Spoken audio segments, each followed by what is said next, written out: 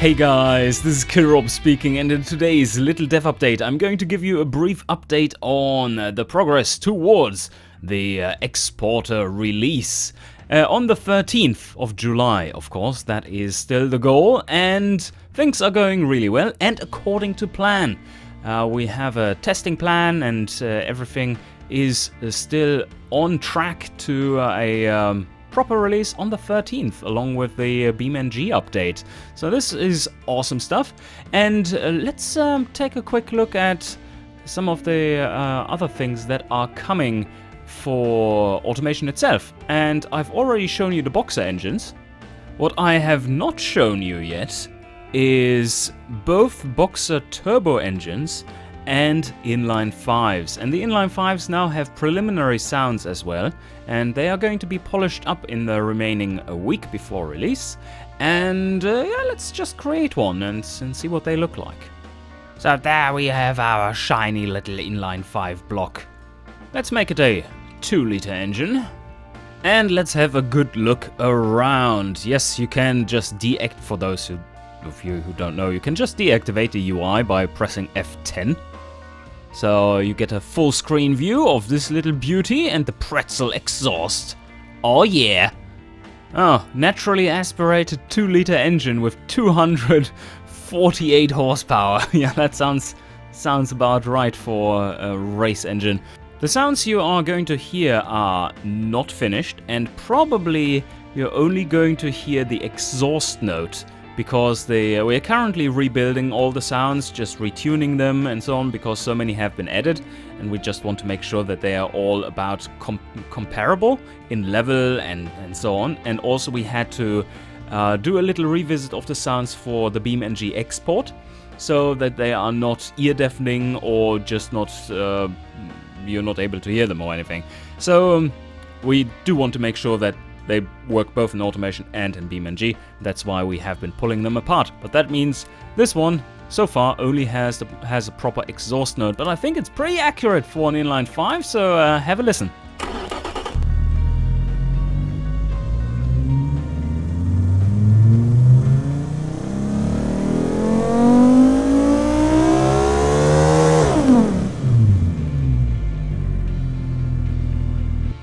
Yeah, there we have them. So let's switch around the engine configuration and make some...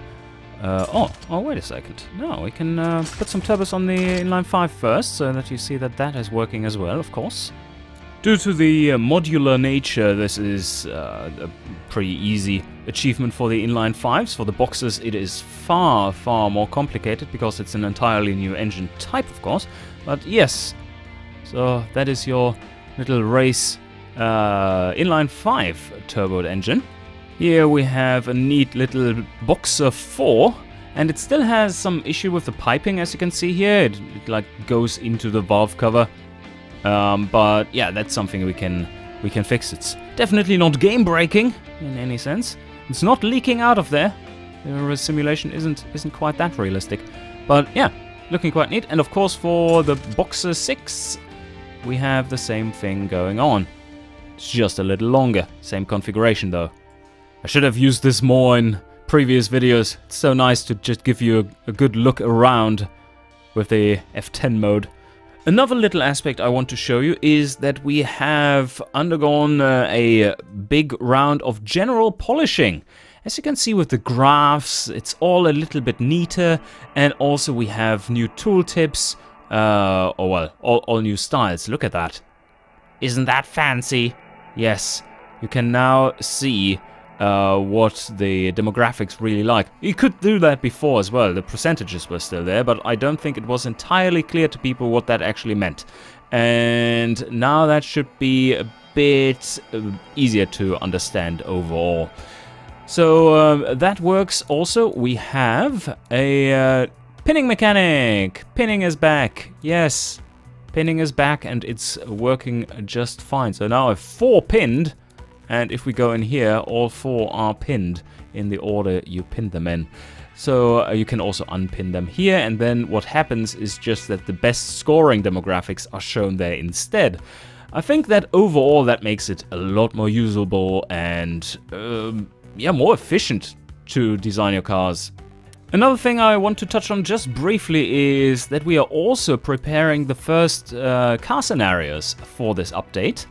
They have not come very far yet, and we're just still fixing a few bugs in definitions and so on. But this week the first iteration of them will be done. And that will include 8 tutorial scenarios, which are for basically engine tutorial scenarios.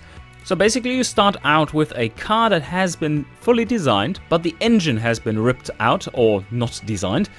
And it is trying to cater to a specific market. You can see that down here already. So basically this one is about, yeah, you're supposed to build a city eco car with a splash of city. And these are the market demographics for the car, of course. So after you've gone through all the engine tutorials, now you need to design an engine specifically catering to a market. So that is basically the in-between step between engine designer scenarios or tutorials and car designer tutorials. Also part of this will be that we add a few archetypal car scenarios, which are very straightforward, simply cater to certain demographics and certain stats. Keep your production units and your engineering time below a certain level and so on. So a bit more easing you into a more realistic way of building cars. Quality slider spam. Yes. So that should be good. It's by no means a complete tutorial set of tutorials. All the stuff that is missing would be, for instance, all the different troubles you can have, but we won't have time, unfortunately, to implement those. But they will make it into the game before the campaign with the next big update after the exporter. All right, that should be it for today. Everything is running according to schedule, so I'm very much looking forward to the mad sprint to the line, and I hope you enjoyed, and see you guys next time.